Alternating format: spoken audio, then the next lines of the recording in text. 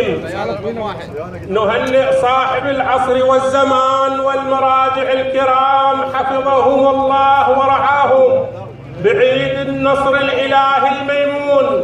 شاء الله أن يجعل لكل زمان إمام أو من ينوب عنه ليكون اللسان الناطق والعقل المدبر لهذه الفتوى الوطنية التي انطلقت وانحصرت بالجهاد الكفائي الذي أطلق شرارتها المرجع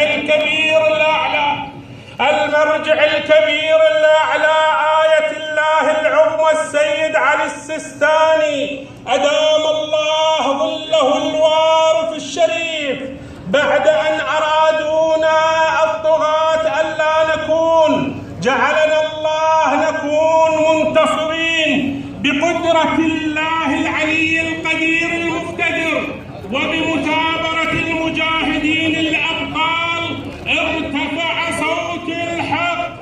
الله أكبر، الله أكبر، الله أكبر. سقطت دولة الخرافة، سقطت خلافتهم التي تربع عليها عرش الشيطان، والحمد لله الذي نهضت دولتنا التي يرتفع عليها عرش الرحمن. سقطت أحلامهم الخبيثة التي تنشر الظلام والدم والفوضى. إن إعادة الموصل بدماء